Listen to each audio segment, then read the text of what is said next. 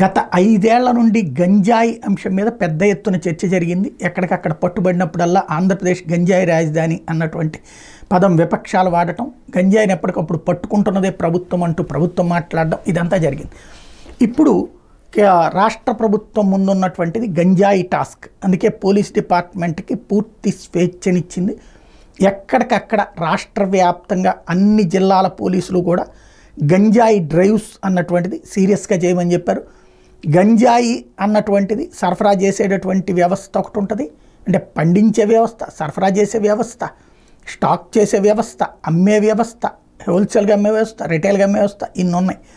అలాగే వాటిని ద్రవ రూపంలోకి, ఇంజక్షన్ రూపంలోకి మార్చే వ్యవస్థలు, వాటిని మళ్ళీ వేరే డ్రగ్స్గా మార్చే వ్యవస్థలు, ఇవన్నీ ఉన్నటువంటిది ప్రస్తుతం అన్నిటినీ తుత్తునియలు చేయాలి, తుదముట్టించాలా.